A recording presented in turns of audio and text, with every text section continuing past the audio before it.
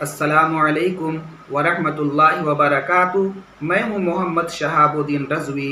उम्मीद कि आप तमामी लोग बहुत अच्छे होंगे। आज मैं मस्जिद के हवाले से कुछ मसाइल आपको बताने जा रहा हूँ। उम्मीद कि आप इसे बगौर समाअत करेंगे और दूसरों तक इसे पहुँचाने की कोशिश करेंगे। अक्सर देखा जाता है कि मस्जिद को साफ़ सुथरा करने के बाद मस्जिद से जो कूड़ा निकलता है आम सी जगहों पर फेंक देते हैं, जिससे उस कूड़े की बेअदबी होती है। जबकि मस्जिद का जो कूड़ा निकले उसे ऐसी जगह फेंकने से रोका गया है जहां उसकी बेअदबी होती हो। बेहतर यही है कि उस कूड़े को ले जा करके कहीं दफन कर दी जाए ताकि बेअदबी होने से बच जाए। और मस्जिद की वो चटाई जिस पर नमाजें पढ़ी जाती हैं और अगर वह बोसीदा हो जाती है तो उसे भी आम जगहों पर फेंकने से रोका गया है। तो उसके लिए भी बेहतर यही है कि उस चटाई को ले जा करके कहीं दफन कर दी जाए ताकि उसकी बेअदबी ना होने पाए। और जुमा के दिन बहुत से साइल मस्जिद के अंदर आते हैं और सवाल कर बैठते हैं, तो उनके लिए क्या हुक्म है? अल्लाह के प्यारे हबीब हुजूर सैयद आलम सल्लल्लाहु ताला अलैहि वसल्लम ने इरशाद फरमाया, जिसके रावी हज़रत अबू हुरैरा रज़ियल्लाहु ताला अन्हु फरमाते हैं कि मस्जिद के अंदर सवाल करना हराम है और ऐसे साइल को भी देना हराम है।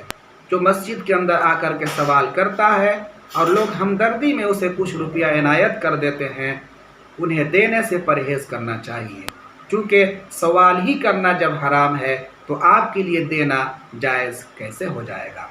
और मस्जिद के अंदर गुमशुदा चीज़ भी तलाश करने से रोका गया है। अल्लाह के प्यारे हबीब हुजूर सैयद आलम सल्लल्लाहु ताला अलैहि वसल्लम ने इरशाद फरमाया कि जब देखो कि गुम हुई चीज़ कोई मस्जिद के अंदर तलाशता है तो कहो कि खुदा उसको तेरे पास वापस न करे। मस्जिद को गंदा होने से बचाना चाहिए। अक्सर देखा जाता है कि लोग वज़ू करने के बाद आज़ाए वज़ू को इस तरह से पोंछते पोंछते मस्जिद के अंदर चले जाते हैं और इस तरह कर पोंछने के बाद हाथों को झाड़ा करते हैं, जिससे बदन का पानी जो है मस्जिद के अंदर गिरता है। अगर इस तरह कोई करता है तो यह उनके लिए जायज़ नहीं है। इस तरह करने से रोका गया है, इस तरह करने से बचना चाहिए। मस्जिद के अंदर कच्चा लहसुन प्याज खा करके जाना जायज़ नहीं है जब तक कि उसकी बदबू बाकी रहती हो।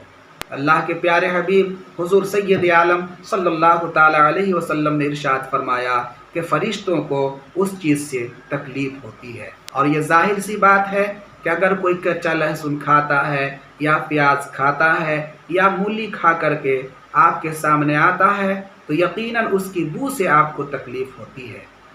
जब इंसान को तकलीफ़ हो सकती है तो फ़रिश्तों को तकलीफ़ क्यों नहीं होगी।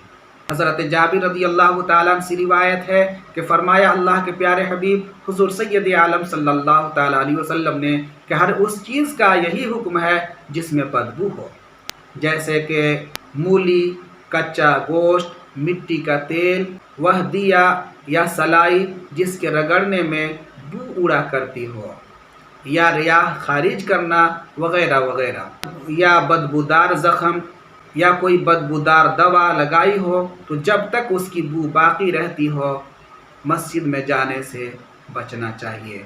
इसी तरह से और कोढ़ी और सफ़ेद दाग वाले और उस शख्स को जो लोगों को ज़ुबान से एज़ा देता हो मस्जिद जाने से रोका गया है। बहुत लोगों के मुंह से बदबू निकला करती है कि बगल में अगर खड़े हो जाएंगे तो लगता है कि हमारे पेट के अंदर जो दाना है तमाम का तमाम बाहर निकल जाएगा। तो ऐसे लोगों को भी मस्जिद में जाने से परहेज़ करना चाहिए।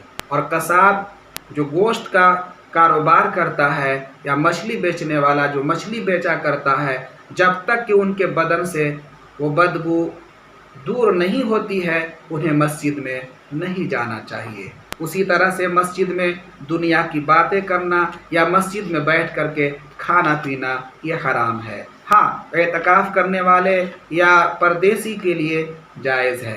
اگر آپ مسجد کے اندر ہوں اور آپ کو کھانے پینے کی ضرورت پڑ رہی ہے تو آپ نیت کر لیں، نویتو سنت الاعتکاف، اس کے بعد آپ کھا پی سکتے ہیں۔ اللہ رب العزت کی بارگاہ میں دعا ہے کہ مولا تبارک و تعالی ہم تمامی لوگوں کو مسجد کا ادب اور احترام کرنے کی توفیق و رفیق عطا فرمائے۔